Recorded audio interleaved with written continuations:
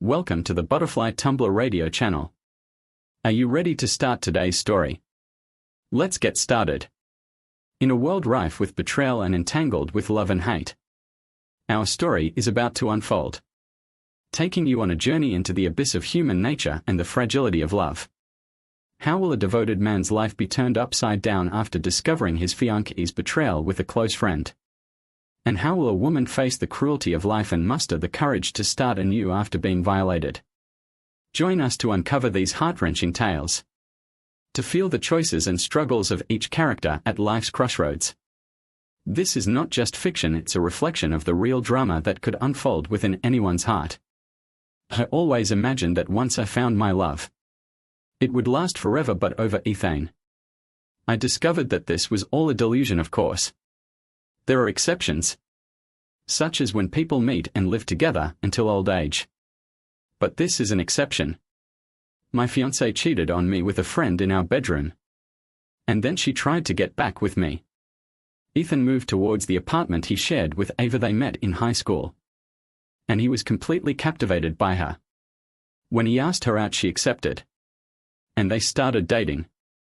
Ethan was completely in love with Ava. She was the first female he ever kissed, and the only girl he never dated, since he was so enamored with her that he didn't want to be with anybody else. They dated for a long ethane before getting an ethanate. Ava was the only girl he had ever kissed and slept with. They attended college together and dated throughout their ethane there. Following graduation, they found jobs, purchased a condo and moved in together. Ava's parents paid the down payment on the condo, therefore it was in her name. They started their careers and began to arrange their wedding. Ethan purchased her a stunning diamond engagement ring, and he thought his life couldn't be better. Ethan was able to leave work early one Friday, so he picked up some chocolates and flowers before ordering takeout from Ava's favorite restaurant. He wanted to surprise her and demonstrate how much he loved her. He entered the apartment, placed flowers in AAS and food in the kitchen, and then noticed some noises coming from their bedroom. He strolled down the hall and into the bedroom, where he spotted Ava and his friend Liam. They were standing with their backs to the door and didn't notice him. Ethan was shocked as he watched his fiancée cheat on him with a buddy. The worst part is that they both spoke hurtful things to Ethan while doing this. This weakling won't be home for another hour or two, so we'll have a lot of fun. Ethan stood there, unable to believe or understand what was occurring. Tears streamed down his face. They finished and fell down on the bed, only to see Ethan standing in the bedroom doorway, tears flowing down his cheeks. Liam smiled, and Ava laid there not comprehending anything. She didn't even feel embarrassed. Ethan stood speechless. Finally, Liam broke the stillness. You must really want to tidy up after me. Since you're doing this, why don't you take care of the implications for her as well? Ethan shouted, how could you betray me like that? Ava smiled as she said, it was easy. I just let him have his way. I loved you. I thought you loved me. He gave me more joy in 1 hour than you did in a week. There's no way I can marry you right now. Make sure you don't get a knock on the door as you leave. Liam chimed in again, she is truly quite talented. It's unfortunate you didn't figure it out. Ethan's tears continued to fall. Where shall I go? I do not care. Just get your belongings out of my apartment. Ethan walked into the wardrobe to get his clothing and emerged with a full armful. He acted fast, loading his stuffed computer and personal items into the car. Despite the several images of him with Ava, he tore them up and threw them away when he went. He discarded the flowers and food. After observing a young woman nearby, he smiled as he handed her the chocolates and drove aimlessly away. He eventually stopped at the park to have a takeaway snack. Despite his lack of taste, he considered seeking sanctuary with a buddy but refrained due to potential concerns. He eventually spent the night at a motel, utilizing his computer to look for affordable housing choices. He had a little checking account before he and Ava opened a joint account. He then transferred the equivalent of his last paycheck from their joint account to his personal one. He may have depleted the joint account. He refrained from such nasty behavior. He also updated his company's human resource records. The system will route his direct deposit to his personal account. He couldn't sleep that night since he was preoccupied with Ava's betrayal. He had imagined a future intertwined with her. But now he must confront the realities of a life without her. Countless plans for shared experiences were destroyed following this betrayal of trust. Ethan wondered if he could ever trust another woman. Exhaustion eventually seized him. But his sleep was disrupted by sobbing awakenings. He was ashamed of his tears, seeing them as incompatible with his masculinity. However, Ava's treachery made him rethink his sense of self. When he awoke the next morning, he showered and set out to find somewhere to stay. After investigating various possible solutions, he found the majority to be either uninteresting or in dangerous neighborhoods. He eventually discovered a set of 3 duplexes. The unit was clean and well furnished. Despite its small size, he had left with only his necessities. Thus he lacked furniture and preferred not to spend more money. Furthermore, he had no intention of returning anything purchased during his ethane with Ava. Among the units, one was uninhabited and spotless. After issuing a check, the landlord permitted immediate occupancy. Confining all his belongings to his automobile, Ethan began relocating them to his new home. In the midst of this, Ava texted him accusing him of depleting their joint account. He checked online and verified that she had actually entered it. He assumed she was upset because she had planned to do so first. But he had managed to remove some dollars earlier. Ethan never got the knack of cooking. And Ava wasn't much of one either. They frequently relied on eating out or ordering takeaway. Ethan noticed this was placing a burden on his money. So he went to the grocery store and purchased some pre-made meals he could microwave. He also grabbed ordinary kitchen supplies such as pasta and sauce jars. Having previously lived in a hostel or with his parents, Ethan was ill-prepared to live independently. To keep prices down, he had to purchase things such as bedding towels, pots, cutlery and dishes at a bargain store. He charged everything to his credit card, hoping to pay it off soon. While settling into his new home, Ethan saw the person who lived on the opposite side of his duplex, a lovely young woman with strawberry blonde hair. She was uncomfortable when he noticed her and quickly glanced aside. Despite her attractiveness, Ethan was still hurting from his breakup with Ava and had no desire to seek someone new. Ethan moved into his new house over the weekend. Surprisingly, rather than focusing on Ava, he found himself periodically wondering about his charming neighbor. However, he did not dwell on it for long. "I am too emotionally spent to pursue any romantic engagement," he thought, and she didn't appear interested. While waiting for his internet to be deployed, he used free Wi-Fi hotspots. Ethan instantly removed any mentions of Ava from his social media platforms and told his family of the situation.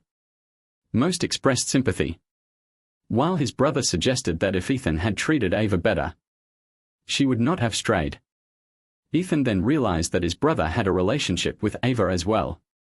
When Ava texted him proposing that he be more accommodating in order to win her back, Ethan refrained from responding angrily and merely indicated that he was not prepared for that. He suspected that her definition of accommodating included condoning her infidelity, something he was unwilling to do. Ethan and his strawberry blonde neighbor ran into each other on Monday morning as they were leaving for work. He greeted her with a smile and a high five, but she reacted with a faint smile and dashed to her car. While he wasn't expecting a warm welcome, her anxious behavior caught him off guard. Even if he wasn't ready to date, Ethan hoped to maintain a friendly relationship. Elise had been content 6 months prior when Dylan appeared to be a good person, very beautiful and sincerely interested in her. He was also wealthy, however. Elise did not place a high value on worldly possessions. Her objective was to make a genuine connection with someone who valued her for herself. Dylan's words and behavior matched her expectations, and when he asked her out, she was overjoyed. Dylan arrived at her home in his shining new BMW to pick her up. He pressed the doorbell, kissed her on the cheek, complimented her looks and handed her flowers, which she instantly placed in a vase before leaving. Guiding her to his car, He politely opened the door for her. They drove to a posh eating establishment where he used valet parking before leading her inside. Having made prior appointments, they were soon seated with Dylan gallantly pulling out his chair for her. He chose a beautiful bottle of wine for them. And Elise, who rarely indulges, found it impossible to deny a glass. Throughout the meal he kept refilling her glass, despite her courteous refusal nonetheless. Not wanting to appear ungrateful, she ate it however. The wine had a substantial effect, leaving Elise rather tipsy by the end of the meal, requiring Dylan's assistance to keep her stable as they left. He drove her home after she expressed a desire to return. He encouraged her to drink water to avoid a probable hangover. She drank from the bottle offered to her and quickly became exhausted. When they arrived at her house, he escorted her to the door and then stated he needed to use the restroom. She was tired by this point, so she took a seat on the couch with a drink of water while he went to the restroom. Despite the early hours, she did her best to keep her eyes open before passing out on the couch. The next morning she awoke in her bed, enveloped in a blanket. She felt pain between her legs and couldn't come to her senses. She was not going to be an Ethan on their first date. She suspected he had given her illegal drugs and assaulted her. However, she also revealed that she knowingly allowed him into her flat, which would complicate the matter, especially if she went to the police. When she realized what had happened, she burst into tears in the shower. After getting ready, she headed straight to the drugstore to acquire emergency contraception. She sought medical attention at a polyclinic after not using contraception for a long ethane. Dylan sent her a note indicating his want to meet again in a few weeks, but she declined. She then fell into tears, returned to her apartment, and began disassembling the bed and cleaning the bedding. She also washed all of the clothes she had been wearing the previous night. Despite a strong urge to burn the garments and linens, she abstained owing to budgetary constraints. She shut herself inside her apartment until Monday when she went to work. When she came to work, she saw Dylan circulating stories about her, accusing her of promiscuity. This was his punishment for her refusal to see him again.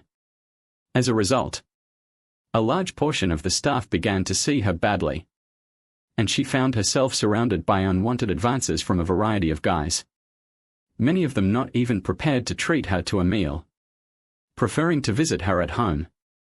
She was subjected to incessant chatter, and Dylan even posted images of her. She hoped the situation would calm down, but when it didn't, she began looking for work in another city far from her current workplace. After resigning and traveling 1,000 miles away, she settled into a cheap apartment and quickly found new work. She lived alone in a duplex much like a nun. Despite garnering attention from males at her new workplace, she respectfully declined their advances. After being duped by Dylan, she was afraid of meeting another man like him in her new environment. As a result, she concentrated mostly on work and alone pastimes in her tiny apartment. With a slightly jaded attitude toward men, Ethan has gradually acclimated to a solitary existence.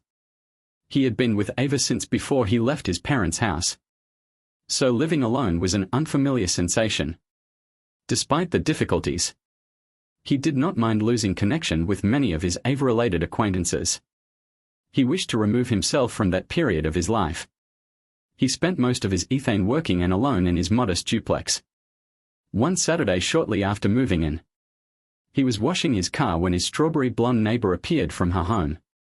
Ethan remained cautious about women, but he believed it was vital to be nice with his neighbor. She approached his car, and he chose to introduce himself. "Hello, I'm Ethan.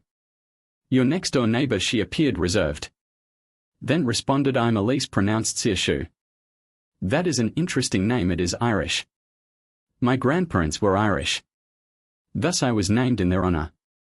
Ethan had previously researched his ancestry. "Some of my ancestors were Scots-Irish," he said. "There is a distinction between Scots-Irish and Irish." She responded, "Irish, sorry, I did not want to offend." "Not an issue," she said. "Well, Elise, it's lovely to meet you. I'm right next door if you need anything. I'm good. But thank you. She stepped into her car and drove off. Ethan wasn't prepared to start dating again. But he noticed Elise was even less so. Especially with him unbeknownst to him. She was not simply avoiding him.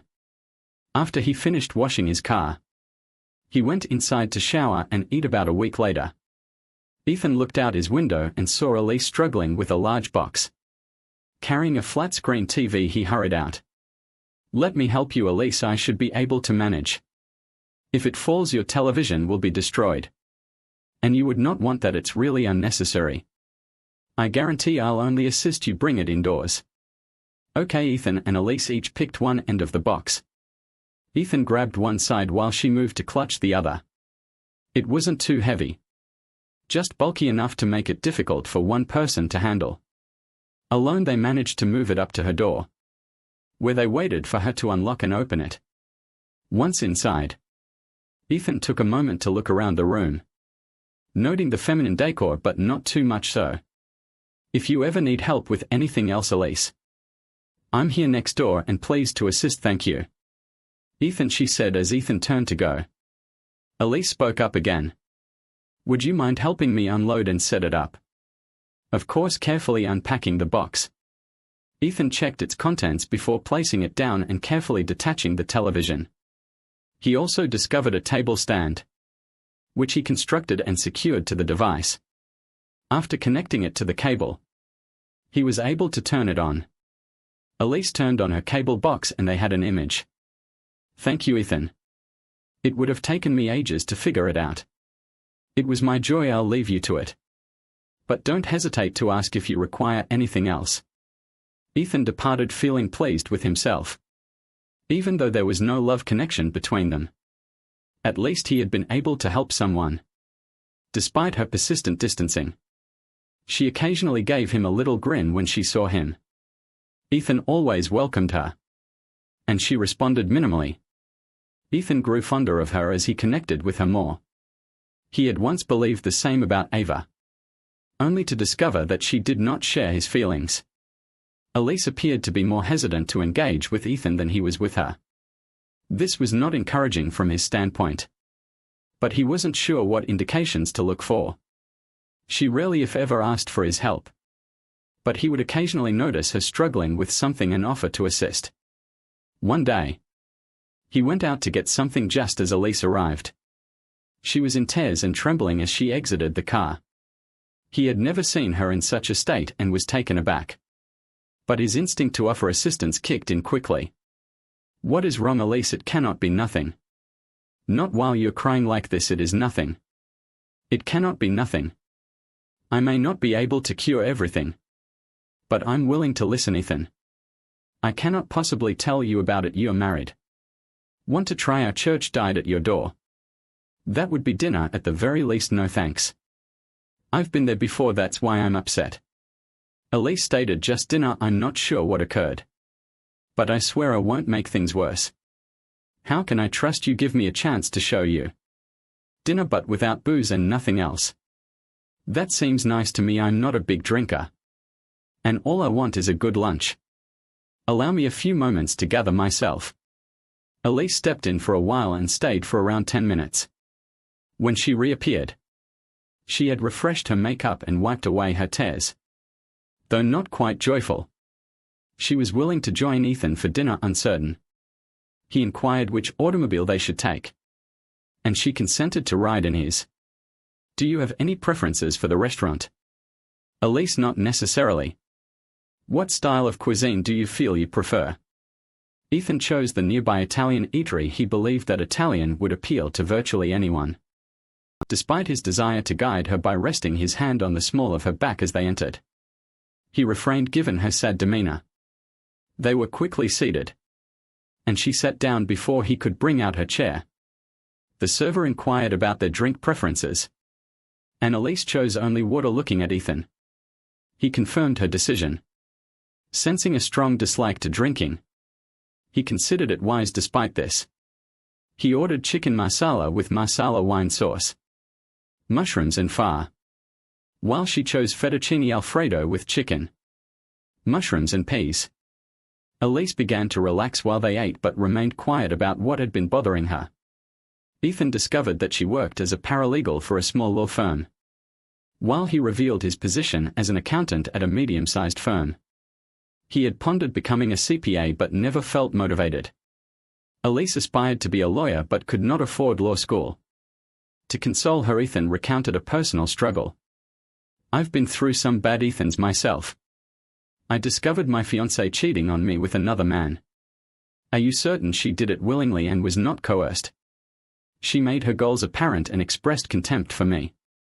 That is dreadful. You're charming and appear nice. But even if you were interested, I'm not prepared to open up again. I don't want to discuss my problems. But I'm not looking for anything serious either. Maybe we can just be friends for now. We are neighbors, we can be cordial in passing. Let us leave it at that for now." Ethan was unclear of his desires. Although he did find her pretty and maybe nice, his previous experience with Ava's betrayal made him weary of trusting any lady who had been in close contact with Ava for many years. Ethan couldn't help but doubt his ability to discern women. If she could trick him. Dylan's trickery also fooled higher-ups. Dylan, who appeared to be pleasant and sincere at first, soon undermined her trust. Although Ethan appeared to be a decent guy, Elise couldn't help but wonder if he was similar to Dylan, manipulative and deceptive.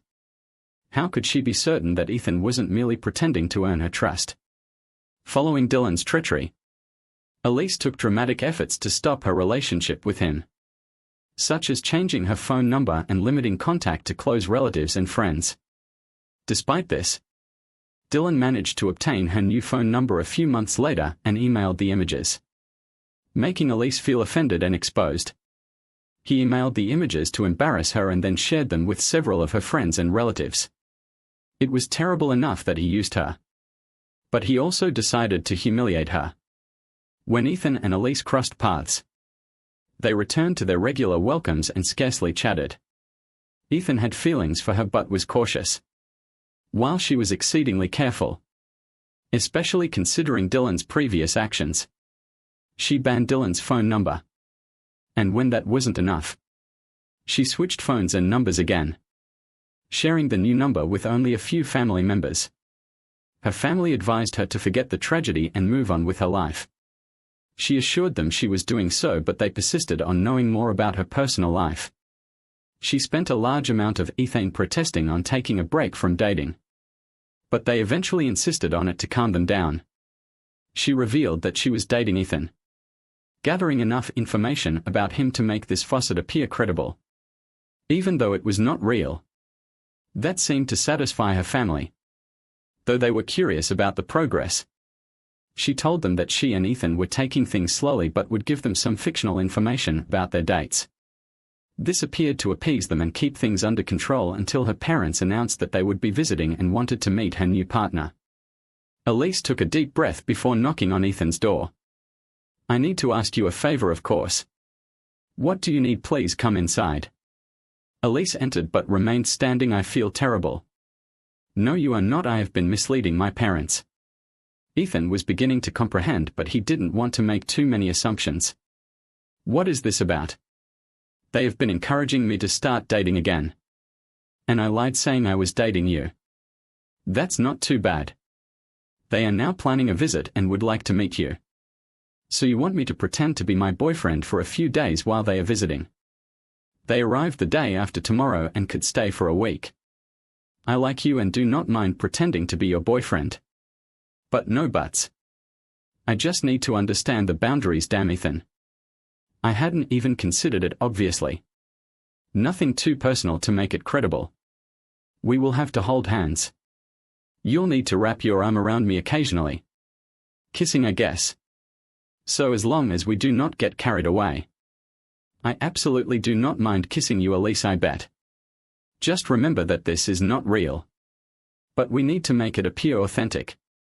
And this is only while my folks are here. Then we return to normal. Neither of us is prepared for anything serious. Anyway, thank you. Is it okay to hug you, I suppose?" Ethan embraced her, but she appeared hesitant in his arms. Keeping it brief, He watched her leave immediately afterward. As Ethan reflected on the incident, he recognized he shared a similar reluctance to engage in meaningful romantic relationships. They both needed to keep up the appearance of being a couple.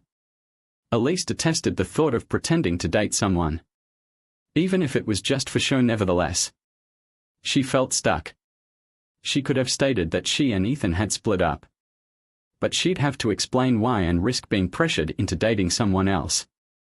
Despite having several suitors, she did her best to dissuade them. Although she reluctantly acknowledged Ethan's attractiveness and decency, she was still wary to let anyone into her emotional space. The possibility of starting a fake relationship eroded the protective barrier she directed around herself. Now she was wrestling with the implications of her decisions, or perhaps her lack of action. Resigned to the circumstance, she resolved to bear it for a few days, bracing herself for what lied ahead. Cyrus's parents came in town, and she and Ethan welcomed them at the airport. Before her parents arrived, they avoided expressing affection, but the scenario grew unpleasant when they felt obligated to appear more affectionate when they saw her parents. They held hands and approached them as if it was normal for them. "Ethan, these are my parents, Liam and Caitlin. We are glad to meet you. Elise has talked highly of you. She's a jewel, and I'm grateful to have her." Elise smiled before moving in to kiss him. Ethan was taken aback but tried not to show it, returning the kiss instead after a brief kiss. They separated, exchanged smiles, and turned to Elise's parents. Her mother seemed happy, while her father was bewildered. Liam interjected, "I was about to suggest you find a room. Elise and Ethan, we are young ones too. We understand how these things work. Why bother staying at a hotel when you already have a spare bed?" Elise was outraged but tried not to show it. What could she do? Admit to her mother that she and Ethan were not really a couple? That would defeat the objective of this entire deception. Ethan looked at her and said, "That's all right, love. Simply pack enough clothing for a few days." Elise wanted to strangle Ethan and her parents, but she also needed to maintain the facade. "We do not generally spend the night together." Ethan mentioned this when they had some alone time. "I will sleep on the couch and you can have the bed. I promise I won't make things awkward. My mother already did that. I will not make it awkward for you. This is only for show." Around that time, her parents arrived. Elise and Ethan smiled despite Elise's unhappiness. They chose to lunch at a nice Italian restaurant that Ethan and Elise had previously visited. Liam and Caitlin wished to order a bottle of wine. Elise tried to deny drink but her mother insisted. "We should honor your partnership with a decent man." "I'm not sure I should drink, Mom. You aren't pregnant." You know, why would you assume this? It is not unheard of.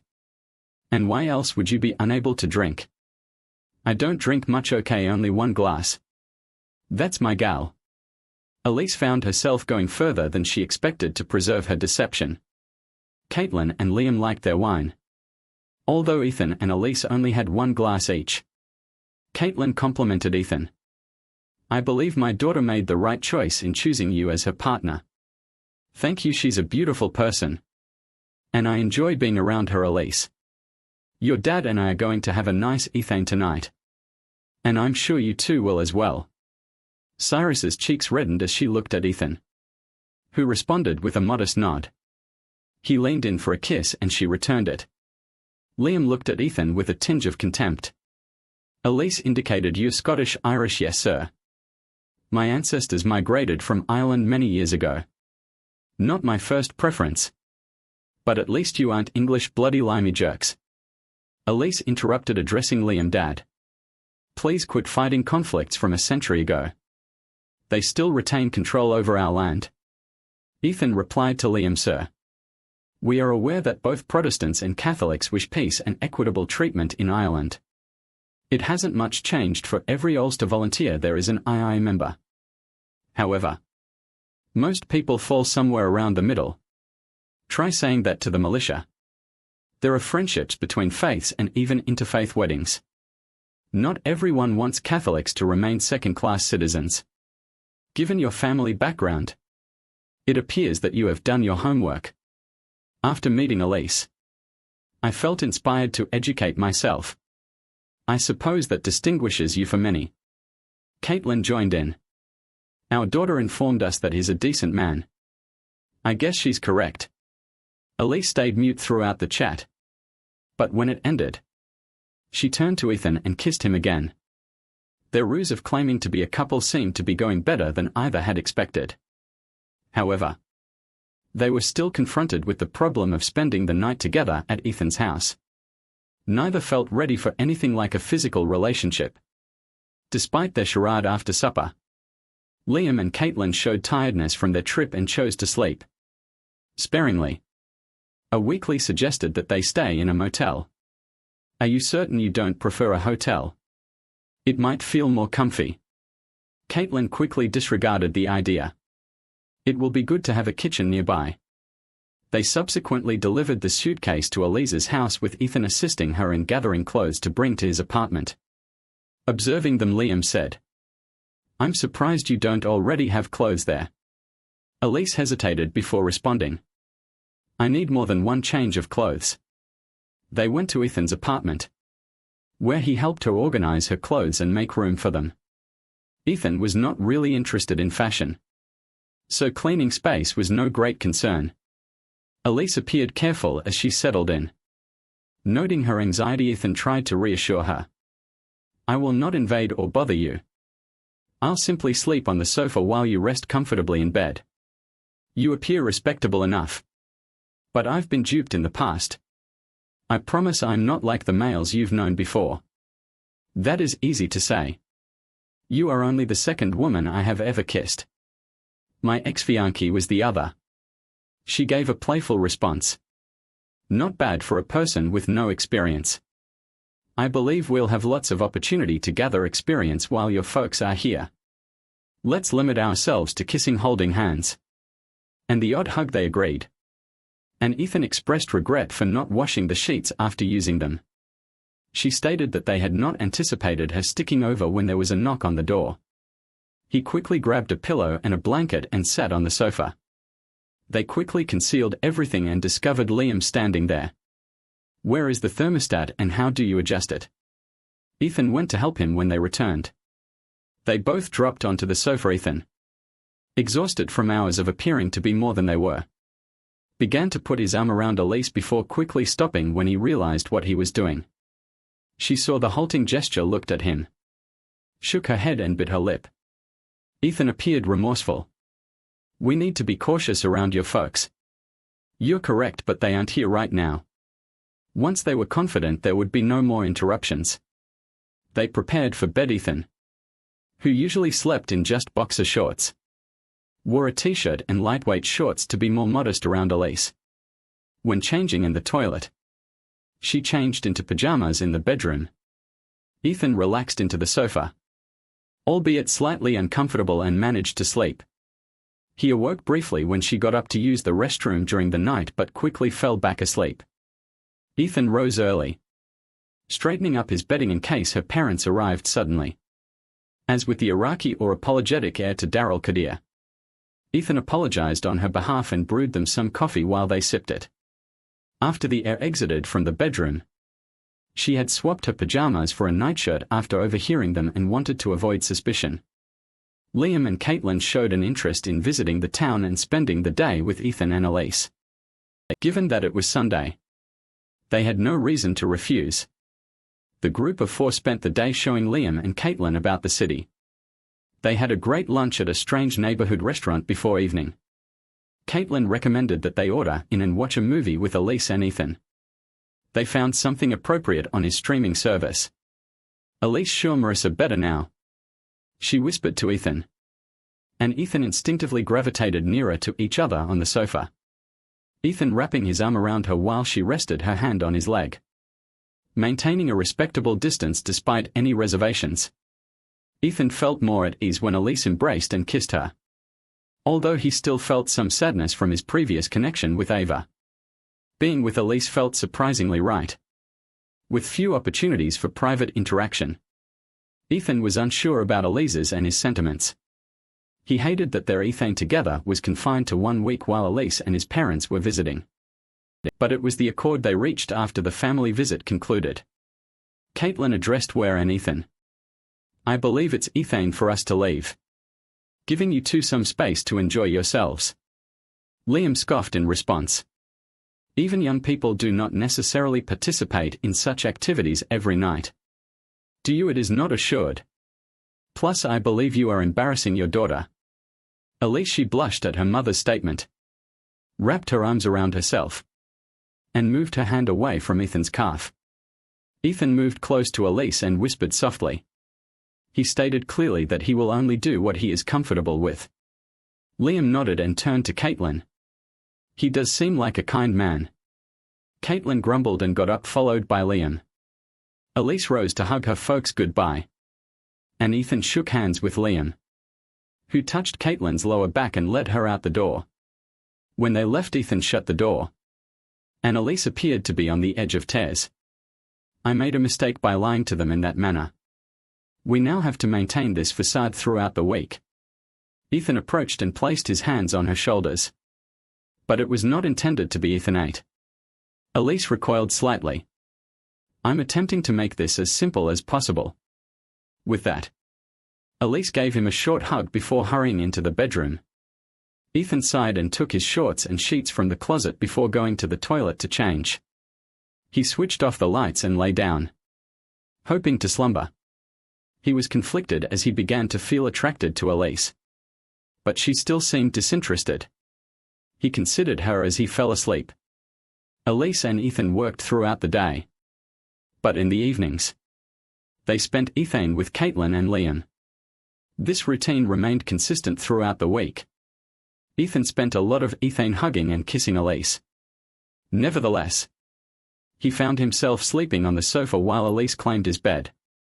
Despite his dissatisfaction with the arrangement, Ethan felt a sense of melancholy that their visit would only last a week.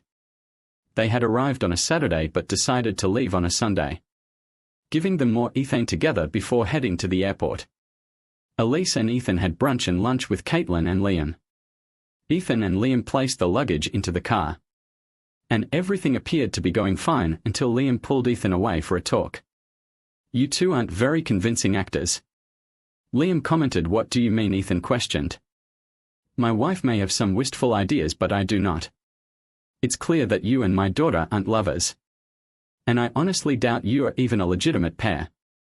Elise's behavior contains subtle hints, particularly when she believes no one is looking. Liam elaborated.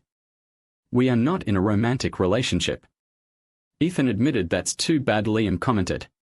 "Despite your Scottish-Irish heritage, you appear to be a kind person. I wouldn't mind if fiction became reality." Ethan confessed. "Good luck with it if this happens. You have my blessing around that ethane." Caitlin and Elise approached. Ethan drove them to the airport and helped them check their bags. Caitlin hugged Ethan goodbye, and Liam shook his hand. Elise and Ethan held one another as they watched her parents go. Once they were out of sight, he let out a breath of relief and let her go. "Hold on, Ethan," she continued to cling to him, saying. "They are gone. We don't have to fake anymore. Say where. I understand that you have been hurt, and I apologize for what that person did to you. But I believe I have demonstrated that I am not like them." "What do you mean?" "I want to be your sincere boyfriend for the ethane being. We don't need to adjust anything from our previous week's activities. But I want a chance to prove myself. That was not our agreement. Please give it a chance for a month. I believe I can be the type of guy you require. And you are the type of woman I am looking for. We were supposed to pretend to deceive my folks. You cheated your mother. But your father saw through it. Was he angry? Interestingly, I think he approves of me. You said 1 month. We merely need to make simple gestures like holding hands, hugging and occasionally kissing. We are strangers. I do not know you, you do not know me. Don't you think we've learned things about each other in the last week? But is this sufficient?" "It is sufficient to begin with." Despite her initial reservations, Elise agreed to begin a relationship with Ethan. He was careful not to put her under pressure, and she gradually warmed up to the notion of him becoming her boyfriend. Ethan respected Elise's intimate limitations, so they focused on enjoying each other's company as their friendship developed. Valentine's Day approached, and Ethan made a table at a prestigious restaurant and purchased thoughtful gifts for Elise, such as flowers, chocolate-covered strawberries to match her strawberry blonde hair, and jewelry decorated with garnets to complement her style. Elise was pleasantly delighted by Ethan's gestures and seemed slightly shy as she received his presents. She put on the jewelry and expressed her gratitude, complimenting Ethan on his caring deeds. "You seem to like me a lot, Ethan. I love you and admire your hair. I want you to be my strawberry Valentine." "And what does that entail?" "Whatever you want it to be after a nice dinner." They went dancing. The music began with primarily energetic tunes before transitioning to a slow song. Elise felt herself nearly melting in Ethan's grasp. Ethan and Ava had previously danced similarly, but it never felt as natural as it did with Elise. As the song ended, Ethan felt a sense of regret. Elise then looked at him delicately. Separating her lips, he leaned in to kiss her. He was experiencing a thrill unlike any other kiss he had ever had. He realized it couldn't last forever, however. He would have been satisfied if it had. After the kiss, all he wanted to do was kiss her repeatedly, however. Instead of kissing him again, she smiled shyly and let him off the dance floor. As they left, Elise grabbed her purse and looked at him. "Ethan, tonight has been fantastic. I feel this has been the most memorable Valentine's Day I've ever had. It does not need to stop just yet, Ethan. I understand your desire, but I am not sure I am ready for it. It does not have to include anything you are uncomfortable with. I have been taken advantage of in the past, you know. Ethan, I would never treat you like that. It has changed how I perceive closeness. I only want to do anything you are willing to do. Let's cuddle. And if I do anything you don't agree with, just tell me and I will stop. I am not sure, Elise. I sincerely care for you. Are you hesitant to express love? I was scared that if I shouted love, you'd think I was trying to control you. You would not be the first. Let's sit and cuddle for a while. Haven't I always respected your bounds? And you won't push me, I promise." They entered Ethan's flat and sat down on the couch. Elise turned down alcohol but consented to tea, although she reluctantly accepted the first several cups. However, Ethan confidently took a taste before returning it. He hugged her and then they kissed.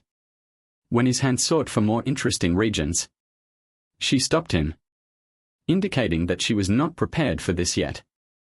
Ethan backed aside, concentrating on her back. Despite his first mistake, she didn't mind, and he kept massaging her. She stopped kissing him, backed away and rose to her feet. He assumed that would be the end of it, but she then extended her hand to him, and he took it. He got up, and she led him into the bedroom. Once inside, she turned to face him. "We could continue if you only desired physical interaction. Then let's do it and get on with our lives. I desire a lot more than just physical intimacy. You are my strawberry Valentine, and I hope you will be mine for a long Ethan." It's simple to say, yet it's accurate final words. "Ethan, okay, come here, let us get down to business," he said. They awoke the next morning still clutching together. "Ethan, yesterday was fantastic. But how much of it was real? Valentine's Day may have passed, but I don't want to forget what we discovered. I meant what I said. And I want to stay with you forever. Some argue that marriage is only a piece of paper. Elise, I need this piece of paper if it means you'll be mine." She shuddered slightly and smiled sweetly at him. "I do not know, I probably need some more convincing. I'm happy to spend the rest of my life convincing you." She rolled over to kiss him. "Let's get started right now." Elise and Ethan were planning to marry. They obtained a marriage license and held a tiny wedding just a week before Ethan and Cyrus's wedding. Ava phoned Ethan. "Ethan, I made an error. I should not have cheated on you like that." "How could you cheat on me?" "I should not have cheated on you. You were my one genuine love. I believed you were my genuine love till something happened. Please give me another opportunity. I'm truly sorry. Ava, I met somebody else. I am in love with her. And we are getting married. She will never be with you what I was, however. She is not going to cheat on me and throw it in my face. I made an error. Cannot you forgive me, Ethan? It's over, Ava. I love Elise. And I intend to marry her. I hope you can find someone you truly love. I absolutely adored you. But if you genuinely loved me, you would never cheat on me, Ava pleaded and cried. But to no avail. Ethan will never be able to give up Elise and return to Ava. 5 years later, Ethan and Elise welcomed 2 lovely daughters, Maeve and Aaron. Maeve has dark hair and is a peaceful youngster, whereas Aaron is a true redhead and quite temperamental. They have a wonderful home, and everyone has an excellent job. Elise works a lot remotely, making it easier to care for the girls. Caitlin adores her grandkids and visits them as frequently as possible. Liam continues to tease Ethan about being Scottish and Irish. Ethan continues to refer to Elise as his Strawberry Valentine and makes every day feel like Valentine's Day for her. Here is the next story I botched up when my husband discovered that the child was not his. He reacted violently. Apparently the kid is not his. He threw all my belongings out of our house. I need help. I've been a long Ethan user and supporter of this site, but I've never felt the need to come on here. I'm posting here now because I really need advice. My husband immediately kicked me out of the house when he discovered that the chat was not his. It was a one Ethan mistake, and I had no idea how to fix it. I understand you're probably wondering what occurred. So let me start with some backstory. My name is Felicia and I am a 30-year-old lady. I've been married to Noah, a 32-year-old man, for 5 years now. Noah and I met through a dating website. He was quite engaging, and I was immediately drawn to him. We dated for several years before deciding to marry. It was a whirlwind romance, but I never felt like it moved too quickly. Noah is the polar opposite of me. Is beautiful, engaging and ambitious. He exudes a charismatic charm that draws people to him effortlessly. He's a successful architect while I, on the other hand, am a complicated character with intelligence and warmth. I also have insecurities and vulnerabilities, and I am not as popular or appealing as Noah. I was hesitant to start online dating because I had no idea what to anticipate. But Noah's profile grabbed my attention right away. He seemed really nice and confident. Our conversations were simple, and I felt like we clicked even across the screen. When we first met in person, I was drawn to Noah's outgoing nature. He made me feel unique, as if I were the focus of his attention. But deep down I could sense he had his own fears, which made me feel more connected to him. Our connection seemed right from the beginning.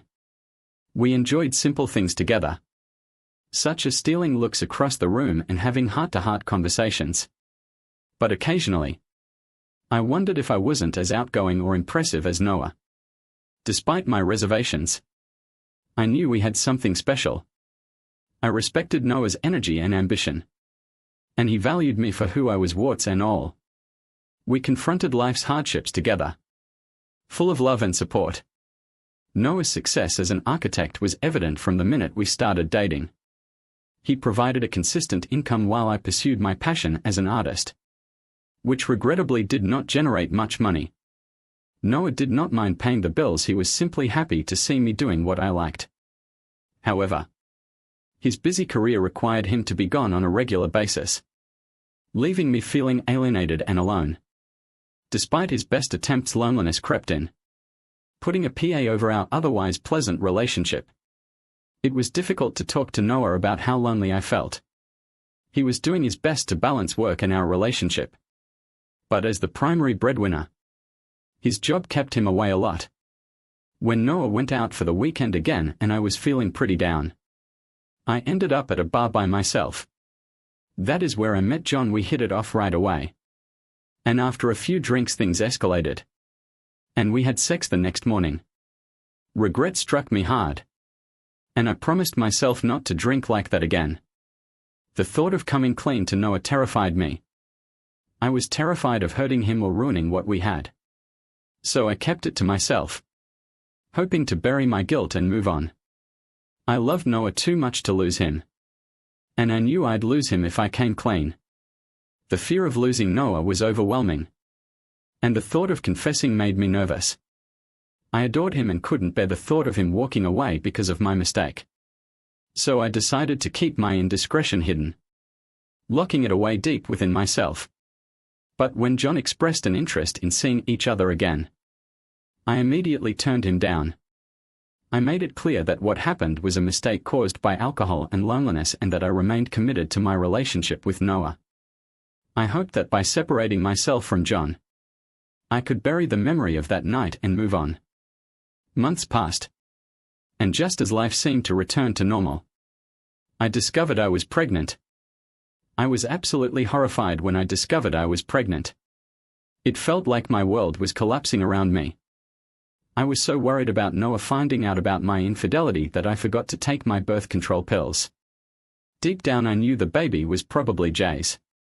But telling Noah was out of the question. I loved him too much to risk losing him. So I made the difficult decision to lie and say the baby was his. Noah was ecstatic when I told him the news, which surprised me. His enthusiasm was contagious. And he wasted no ethane in proposing to me. In just a few months we were married. Despite the whirlwind of happiness surrounding our wedding, guilt gnawed at me relentlessly. I knew I was deceiving Noah, but I convinced myself that it was for the greater good. After all, telling him the truth would have shattered our happiness and torn our family apart. Our honeymoon was like a dream come true, with Noah sparing no expense to make it unforgettable. Despite the challenges of pregnancy, including morning sickness and hormonal swings, Noah was my rock, supporting me every step of the way. His excitement for the baby only intensified my guilt, knowing deep down that the child wasn't his. But the reality of our situation weighed heavily on me. Noah was not only the love of my life but also my lifeline. He provided for us financially, and without him, I would struggle to make ends meet. The thought of losing him was unbearable. So I buried my guilt and focused on preserving our marriage. Meanwhile, John's attempts to reach out only added to my stress.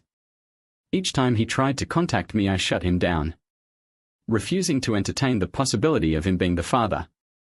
I reassured myself that the lie was necessary to protect my marriage and our future as a family. Soon the baby came. I'm going to call him Felix, for the sake of privacy. The first few months with Felix were a wild ride of joy and exhaustion.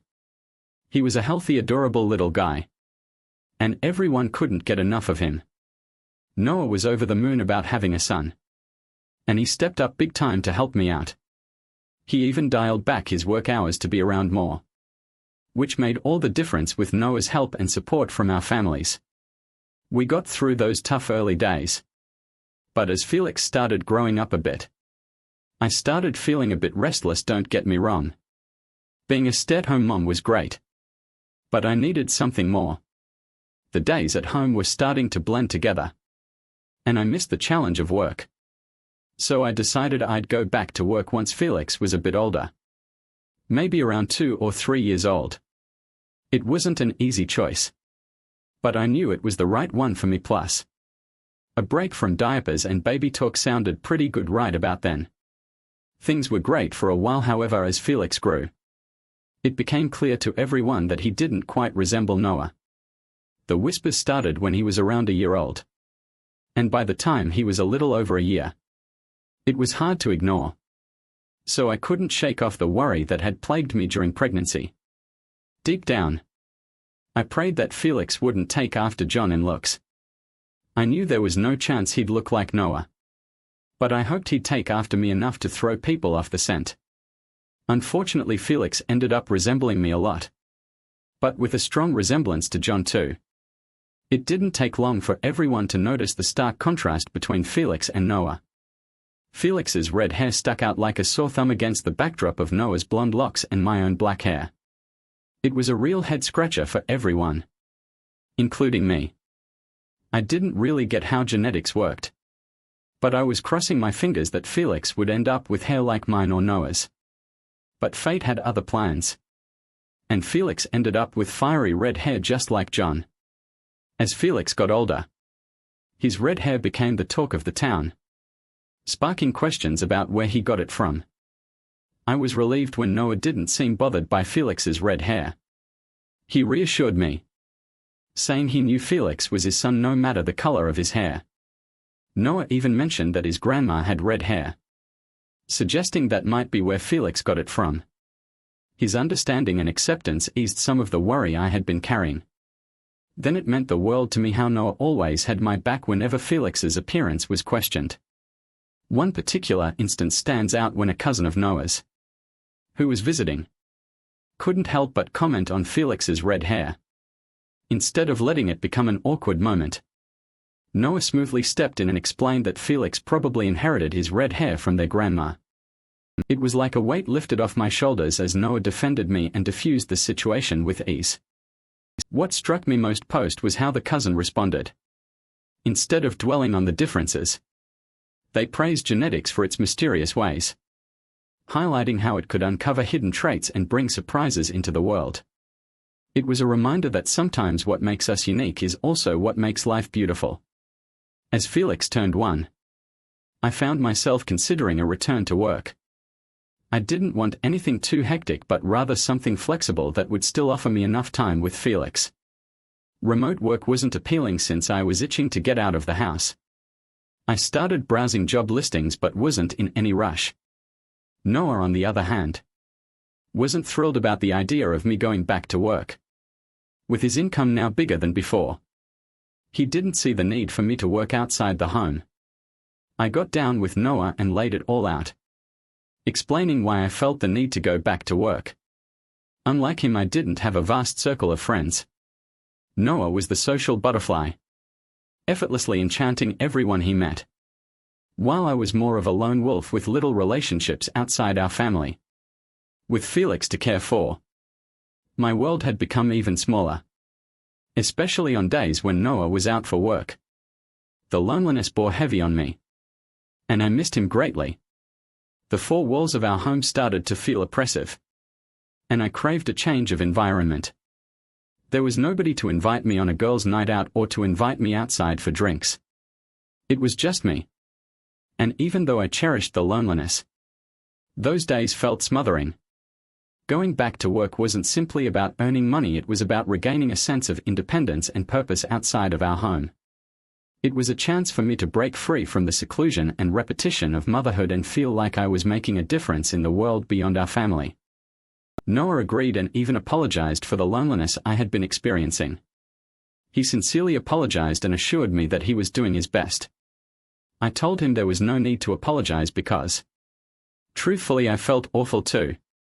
Noah was working long hours to support us, and he was doing an amazing job.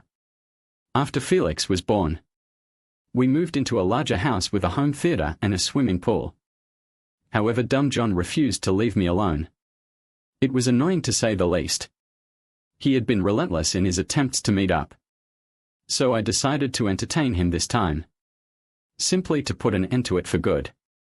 Instead of blocking him like I typically did, I responded to his text.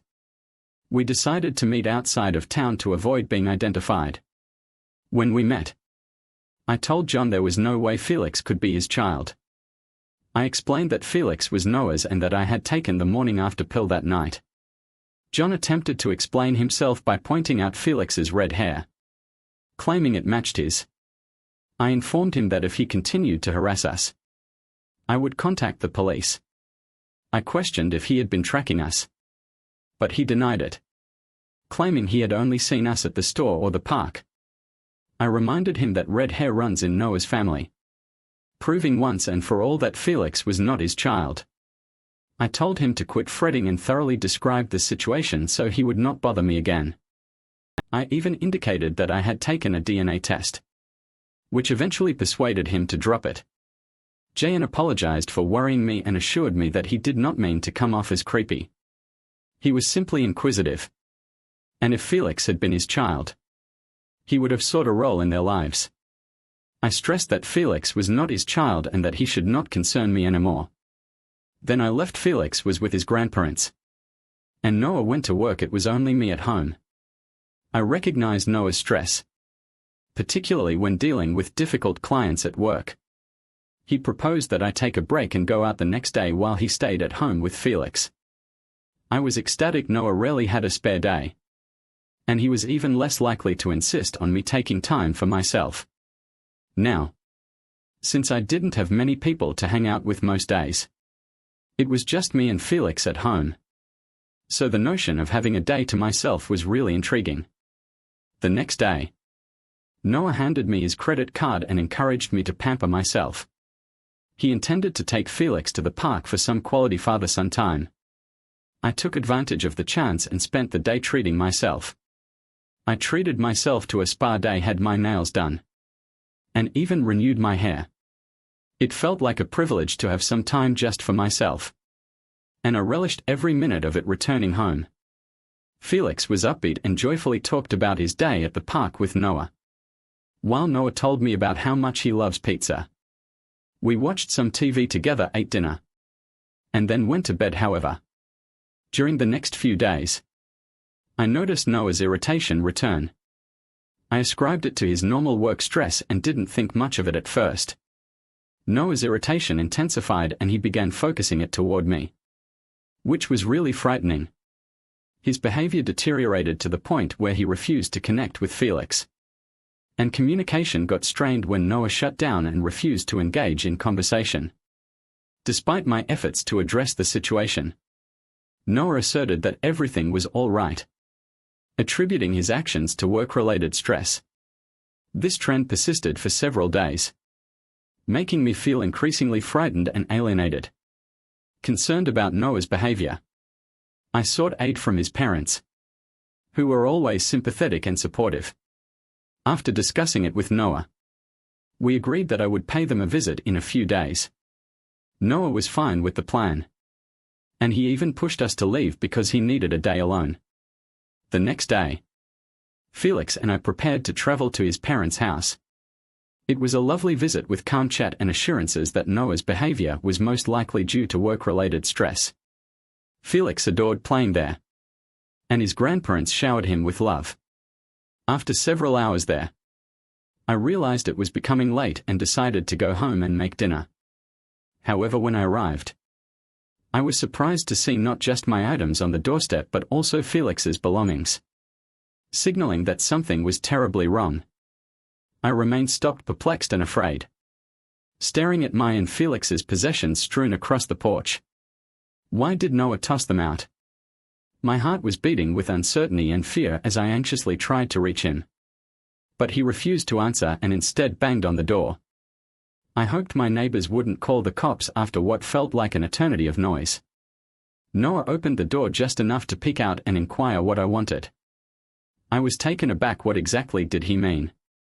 I just wanted to come in. I had returned from his parents' house feeling agitated, and Felix was exhausted and needed to sleep. The situation didn't make sense, and I couldn't understand why Noah was acting this way. However, I soon realized why he was acting this way. Noah stared me full in the eye and told me he knew Felix was not his child. When Noah stared me down and said those words, it seemed like my entire world had shattered. I wish I could simply vanish into thin air. I cautiously giggled at first, thinking he was playing a joke on me. But his demeanor told me he was serious. He revealed that he had conducted a DNA test that proved Felix was not his biological child. It felt like a hit in the gut. Noah's calm voice contrasted with the fury in his eyes as he accused me of betraying him, of attempting to pass off another man's child as his own. His words hit me like a ton of bricks, leaving me speechless and filled with remorse. I stood there unable to find the correct words, as Noah made it apparent that he never wanted to see me again. Standing there still reeling from Noah's accusation, I saw him walk back inside and shut the door. It felt like a hit in the gut, and I experienced a tornado of emotions right then and there. I could feel our nosy neighbor's eyes on me, But I didn't want to cause a scene or become the talk of the town. I wanted to cry, scream and beg all at once. But I knew there was no use in asking Noah for forgiveness. He was too adamant. And I didn't want to expose myself to further humiliation. So I hired an Uber to transport me and Felix to my folks' place. Packing our belongings hurriedly, I left the home we shared and returned to the comfort of my childhood home. I am confined in my room, feeling completely defeated. I've been weeping my eyes out for what feels like forever. Leaving Noah's house was difficult. But now I'm absolutely distraught. My parents are obviously upset. But there isn't much they can do. They are planning an intervention in the hopes of convincing Noah to give me another chance. It sounds like a long shot. And I'm not sure if it will make a difference. I can't shake the feeling of guilt and dread that I've messed everything up. All I can do is wait and hope for the best. It's difficult right now because my parents are the only people in my corner willing to help earlier. I attempted to contact Noah's parents in the hopes that they would offer some assistance. But it backfired. They picked up the phone only to give me an earful, making it abundantly clear that they were onto me. Their outrage cut deep, especially since I genuinely cared about them. They had always been very kind to me. And now I've betrayed their trust. I'm filled with guilt because I've let them down so badly. It's a painful reality that's difficult to shake. Another blow came when I discovered Noah had emptied our joint account before I even arrived at my parents' home.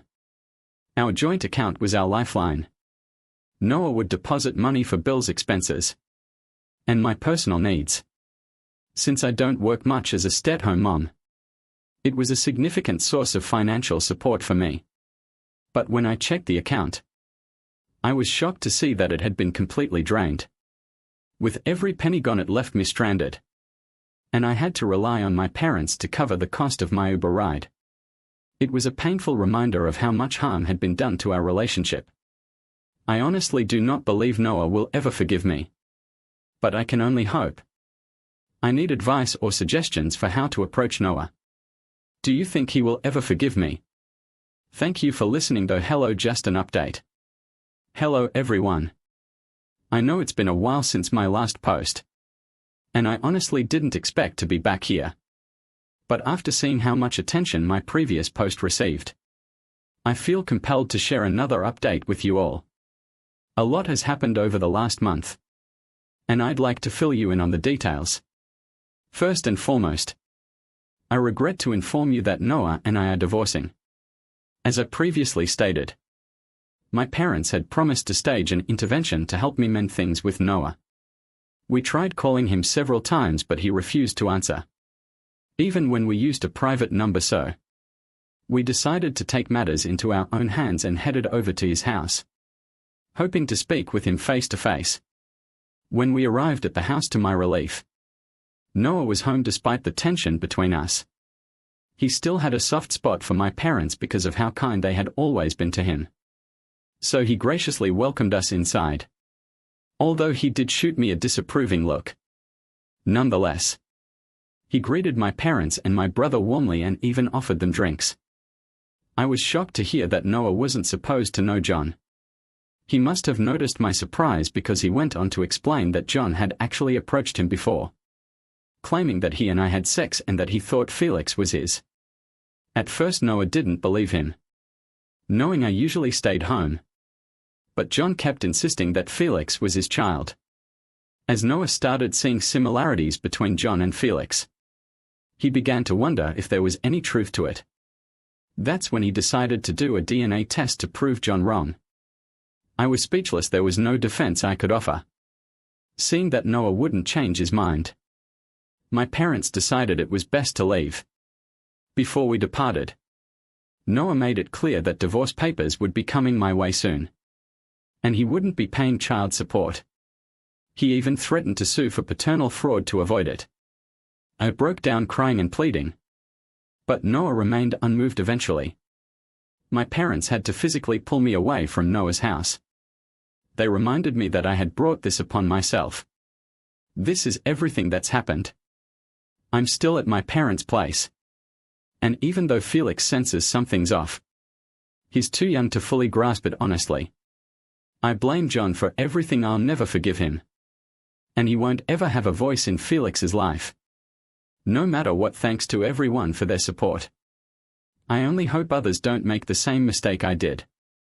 Feeling defeated doesn't even begin to explain it. How did I move from a life with a man with amenities like a home theater and a swimming pool back to my parents' house? Noah had gotten me used to that lifestyle. And now I'm back to square one. Getting back into the workforce after such a long layoff won't be simple. Thank you for listening though. I guess it was good while it lasted. Like my folks say, I brought this on myself. Financially wrecked me in court because of a silly kiss on a night out. I believe the proverb keep your friends close and your enemies closer relates to me. Since you really don't know what your adversaries are up to. I got betrayed by someone I believed was my buddy. And I haven't been the same ever since. I'm not good right now and I don't have any friends. Which is why I want to share this tale with everyone. Hey Redditors, my name is Chloe. And I am 26 years old. My spouse, or should I say ex-husband Alex, is 28 years old. I suppose I should begin recounting the story at the beginning of my life. I came from a poor family and that is it. We are a family of 4. And I have one younger sister, Soph, who is now 20 years old. There were so many challenges growing up. Especially in my early years. Sophia was born when I was 6 years old. But the odd aspect is that she does not belong to my father. My mother was a street food vendor. I'm not sure whether there's a better name for it. But she sold rubbish such as hot dogs and the like. She dragged this cart along the street. My father, on the other hand, worked as a janitor. So as you can imagine, they didn't make much money. This is why I stated our family was poor. So you can imagine my father's horror when he found out she was pregnant. I was just 5 years old when I heard them shout. They say that children forget things while they are young. But this is not the case for me because I remember everything. I remember the tale she told him about how it all transpired. Okay, it's a little hazy. But the common phrase is that it was a dumb error. She refused to give up the baby because she believed she would be special and transform our lives. My father couldn't believe what she said. And he stated he couldn't stay with her anymore.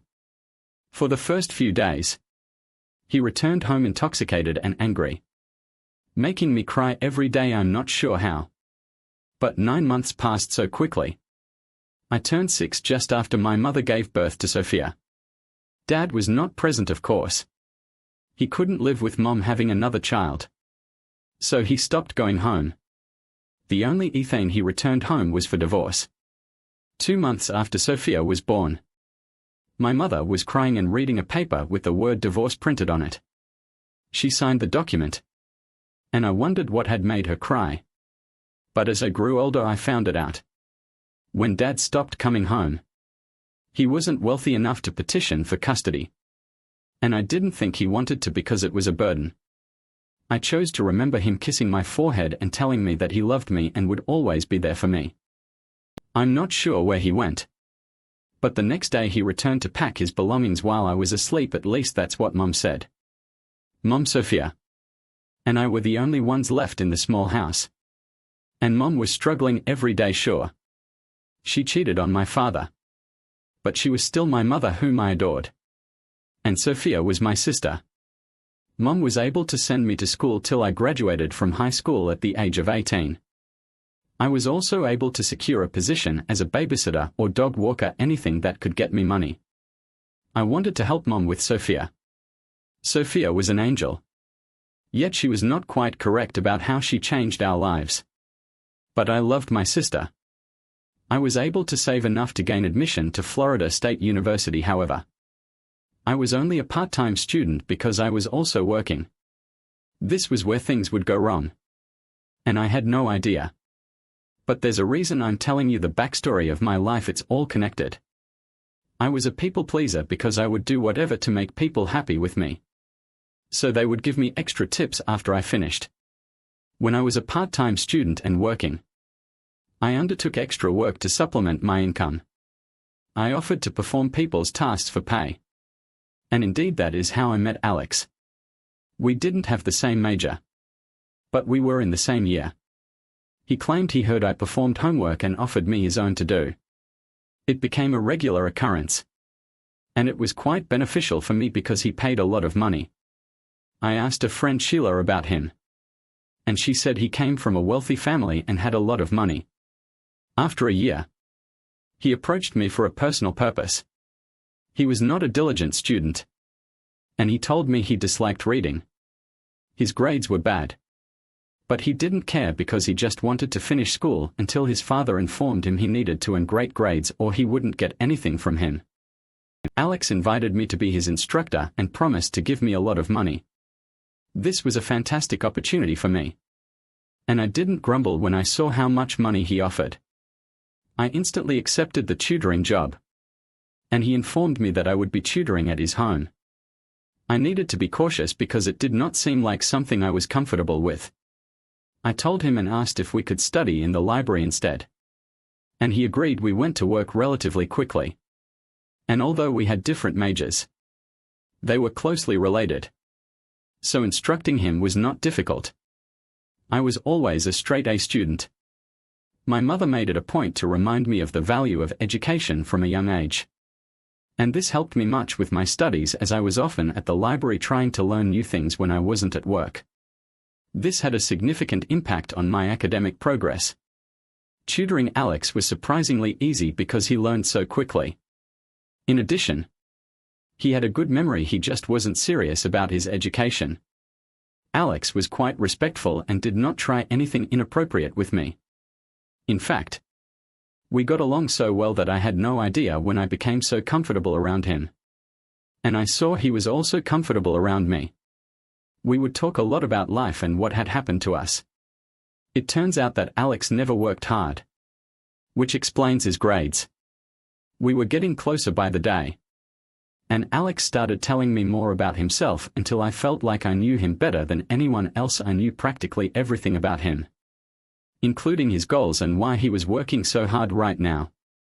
He informed me that he wanted to succeed on his own and prove his father that he didn't need his money. Alex, like many other men his age, did not have a great relationship with his father. He was a lot more ambitious than I expected, and I was growing to adore him for it. He told me he wanted to build a big corporation, so we started designing plans together. Alex and I had everything covered. We had already chosen where the company would be in the next 5 years, and we had also set targets for each year at first.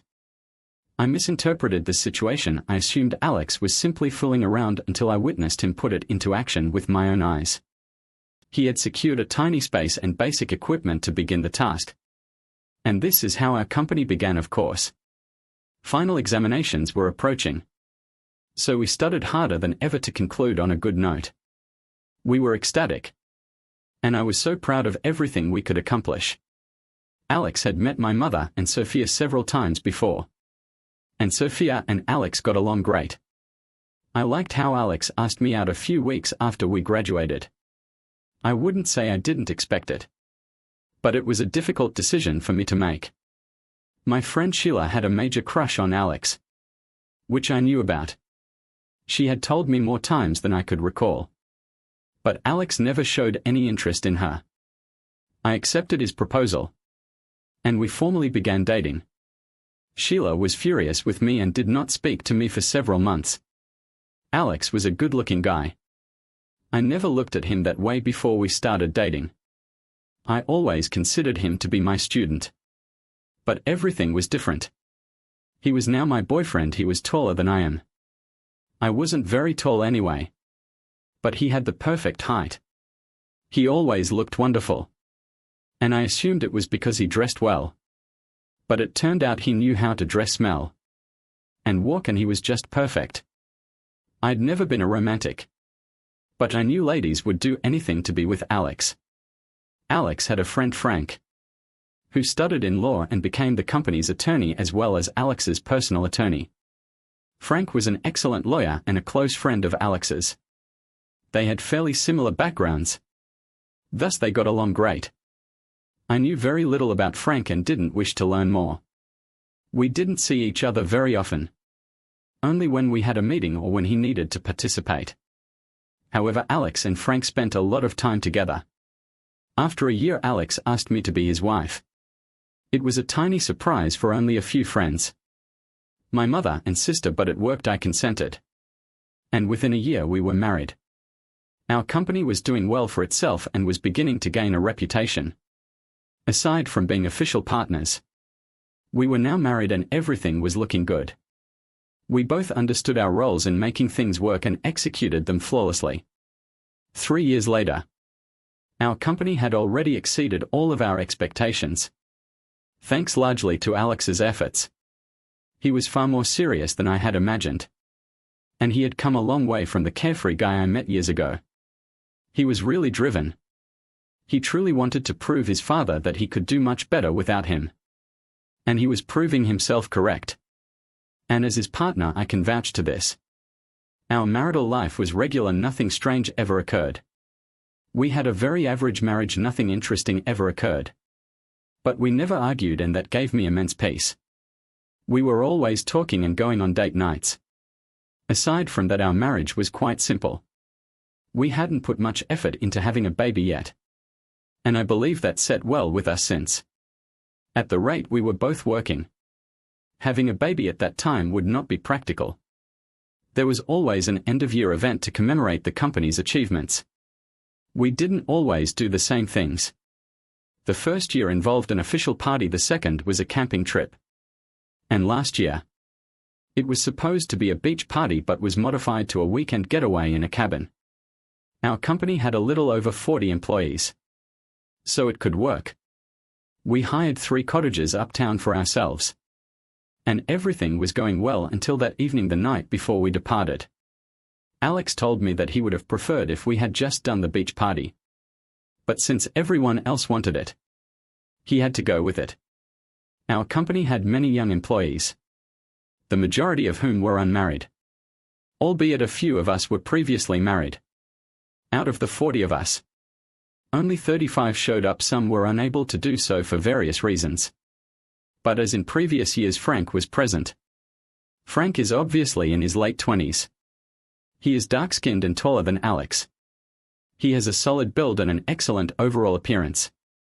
His voice provides him a presence among the employees present.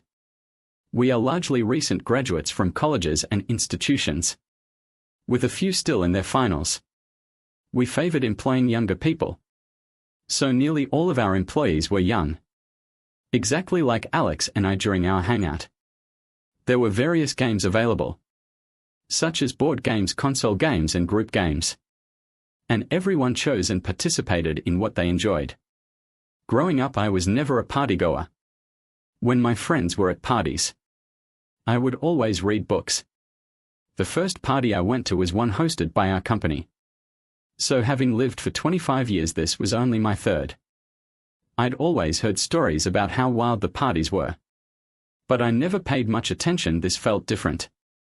Even though it was only Friday night, I could tell that everyone was having fun. They didn't appear to be the organized and diligent workers we expected. Everyone was doing their own thing. And some of the ladies were acting unethically. But I could not complain, it was a party after all. Friday night went by very slowly for me. It was all about partying and dancing. I was on the fence but didn't feel like I fit in because I couldn't dance, even if I tried. And I quickly realized that most people were not actually dancing but rather being touchy and unethical. I left almost as soon as I arrived. But Alex stayed and danced throughout the night. I'd never seen that side of him before that day. He danced and I observed him for a while. I saw many ladies throw themselves at him. But he politely declined deep down. I wished I could be a party animal just for the weekend. Everyone awoke late on Saturday after all. Most people were hungover. Alex awoke early, despite the fact that he had not consumed any alcohol the night before. He does not drink or smoke. And this is one rule he has followed his entire life. That did not change because of the party. He got up and prepared for Saturday's activities. Saturday was a fun day for others. But it was the day that ended my marriage and my life. It began early for me but late for nearly everyone else. I prepared breakfast for Alex and me. And we reviewed some basic routines as we prepared for the rest of the day. It was noon. And we all went hiking for about 3 hours. By the evening we got back freshened up and prepared for the evening barbecue, which turned into our game night that was the main event at the hangout. Every board game I could think of was available. And I was an excellent board gamer after a few wins. I moved on to the group games. There were numerous games being played. But I settled on a group of 10 people. Alex was not in that group but Frank was. I was unaware of the game to be played. And once it began I wanted to leave. It was truth or dare. I was torn between staying and leaving. But I chose to stay because I had lived a mediocre life. So there is no such thing as an embarrassing truth. And I assumed that no one would dare me to do anything inappropriate because they were already aware of my position and marital status. The game started out soft. Some pretty basic questions were asked until someone dared to remove his shirt. And he did. I knew things were only going to get heated from then on. Some dirty dares passed around until it was my turn. I was to dare someone. And I dared her to take off her shirt. Which she did without hesitation. I honestly thought she wasn't going to. Turns passed around until it was her turn. And she dared me to kiss Frank now. Everyone had some dare while I took a shot for the first time. I was dared. I'm not a heavy drinker. And I had never drank before up until that point. I don't know if it was the drink I took. But I was definitely feeling more hyped than ever when I heard the dare. I thought about it for a few minutes. I knew as much as this was a party. This was a work party, and though Alex was not here, there was a huge probability of him finding out. I wasn't able to make up my mind. So I had to take another shot after the second shot. I was definitely drunk. I couldn't think straight anymore. And no matter how hard I tried to control my body, it was difficult. By the time the game had gone round again, it was right before my turn was Silas's turn. Silas was a company employee and a college student. He was in his finals at the time. And before I knew what was happening, Silas was to dare Frank and he dared him to kiss me. Now, Frank had a lot to drink too and was definitely already feeling it. Frank made his way to me while I just started feeling lust. Before I knew what was happening, Frank's lips were all over mine. Everything got so dizzy and I passed out after that. I saw Alex in the distance running over to me where I was before I passed out. I did not know what happened. But I woke up the next morning next to Alex in our room. I asked him but he wouldn't talk much to me. Sunday's event went by without me because I stayed in the room. I had remembered what happened between myself and Frank. And I was not only embarrassed, but I also suspected that Alex saw us. This made me scared. And that Alex was someone who didn't like to open up much when something happened. He preferred to solve it on his own and stay locked up in his head until he was able to sort it out.